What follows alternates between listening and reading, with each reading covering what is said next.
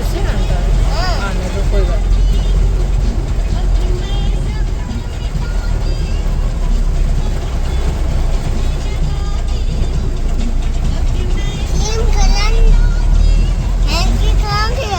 क्या है वो तो हमने फेंक दी थी। Hello guys, welcome to my channel devoted new. I hope आप सब अच्छे होंगे। तो मैं आज तो अच्छी नहीं हूँ क्योंकि थोड़ा मुझे टेंस है और घर से हम निकल लिए हैं अपने घर के लिए, यानी मेरे मायके के लिए। निकलने के चलते ही इतनी ज़्यादा तेज़ आंधी और बारिश आए कि कुछ सूट भी नहीं कर पाया और निकलने में ऐसा लग रहा था कि ये पेड़ ना टूट जाए, कहीं वो पेड़ ना टूट जाए। बट आगे जैसे ही निकले बहुत ही क्रॉस हुआ। बिल्कुल इधर का मौसम बिल्कुल साफ था, धूप भी निकली हुई थी और वेदर भी अच्छा था। तो और घर से जैसे मैं निकली तो मतलब ऐसा लग रहा था कि कहीं बारिश, और कहीं देखो यहाँ पे तो बिल्कुल पूरा अच्छा सा मौसम भी खुला हुआ था। और मैं जा रही हूँ अपने मायके। क्यों जा रही हूँ मैं आगे बताऊँगी। और मैं अपने घर पहुँच गई हूँ, अपने गाँव। और मैं गांव से जाते ही ज़रूर शूट करती हूँ क्योंकि मैंने यहाँ सोचो सालों साइकिल चला के मैं स्कूल जाती थी, तो मुझे ये मेमोरी रहती है। एंड घर मुझे क्यों जाना पड़ा मैं दिखाती हूँ। और मैं जब अपने घर की तरफ एंटर करती हूँ तो यहाँ मैं ज़रूर रिकॉर्ड करना चाहती हूँ क्योंकि मुझे सच में प्राउड फील होता है अपना घर, अपना सब कुछ देखकर। और मुझे थोड़ा अच्छा भी लगता है मैं जब खाली होती हूँ। और बड़ी भाभी बाहर ही बैठी थी क्योंकि कृष्ण बाहर खेल रहा था, तो इसलिए एक्चुअली मुझे घर इसलिए आना पड़ा क्योंकि मम्मी को बहुत तेज़ चोट लग गई है।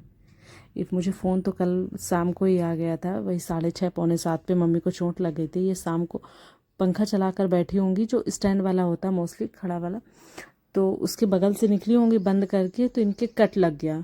कट वो इतना ज़्यादा डीप लग गया कि जैसे 2 उंगली अंदर तक चली जाए। और पूरे 7 टाँके लगे हैं मम्मी को, सोचो इतना अंदर तक। और इनको पता भी नहीं चला, ये मतलब अच्छे से उनका कट भी हो गया। और इनको लगा कि चूड़ी फंस गई, तो चूड़ी टूट गई है, इस वजह से कट की आवाज़ आई।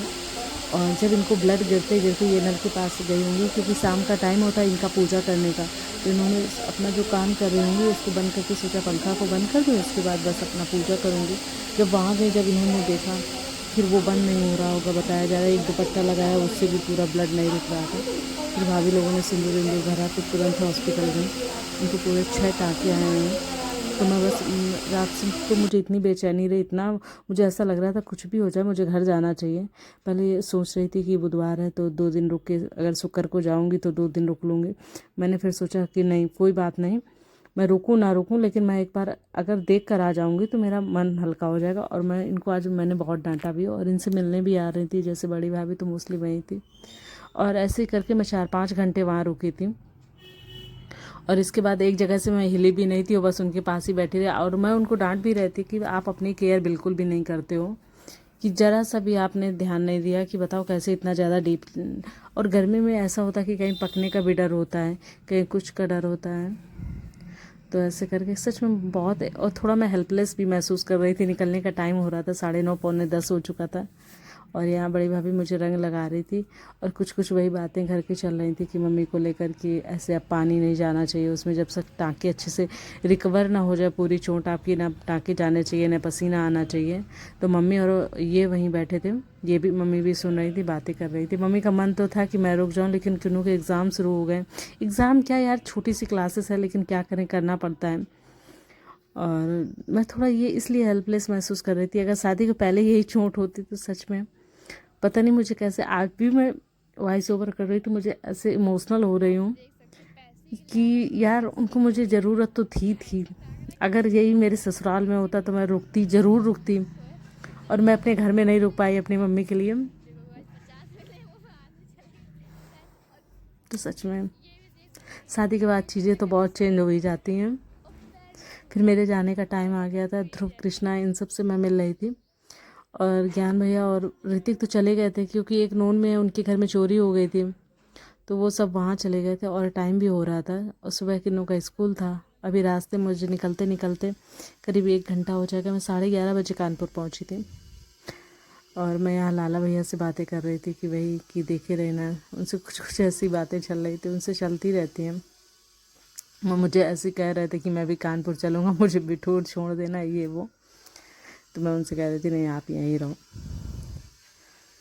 इसके बाद ये बलवान लेटा था। फिर मैं मम्मी को वही समझा रही थी लास्ट टाइम कि आप कुछ भी नहीं करेंगे, आप ये वो कह रही थी बताओ मेरे भगवान जी नहा नहीं पा रहे, ये नहीं कर पा रहे। तो मैंने कहा ठीक है लवी सब कर देंगी। और किन्नू सो गया था क्योंकि किन्नू को पूरे 4-5 घंटे ये और कृषभ इन्होंने इतना दौड़ दौड़ के खेला है कि ये थक के सो गए थे। इरिटेट भी हो रहा था क्योंकि नींद आ जाती है, फिर नींद खुलने का भी वो रहता है। तो मैं तो यही प्रे करूँगी बस मेरी मम्मी अच्छे से ठीक हो जाए, रिकवर हो जाए, बस वो ठीक रहे, अच्छा रहे। और मुझे उसी में खुश है हम कि वो दूर रहें, कुछ भी रहें। लेकिन यहाँ पे मैं वही मम्मी को बार बार समझा रही थी कि नहीं बस तुम अपना अच्छे से ख्याल रखना। और जैसे इनकी छुट्टियाँ ख़त्म हो शुरू होंगी मैं फिर से अपने घर आऊँगी। इस बार ये तो है डेफिनेटली मैं मम्मी के पास रुकने, मैंने अपने आप को प्रॉमिस किया कि कुछ भी हो जाए मैं रुकने तो मम्मी के पास जाऊँगी डेफिनेटली। सच में अभी दादा की जब मैं चलती हूँ तो मुझे बहुत ज़्यादा इमोशनल हो जाता है क्योंकि इस टाइम दादा की भी तबीयत नहीं ठीक थी। आप सबको ये ब्लॉग अच्छा लगे तो please like, comment and also subscribe to my channel. Thank you for watching.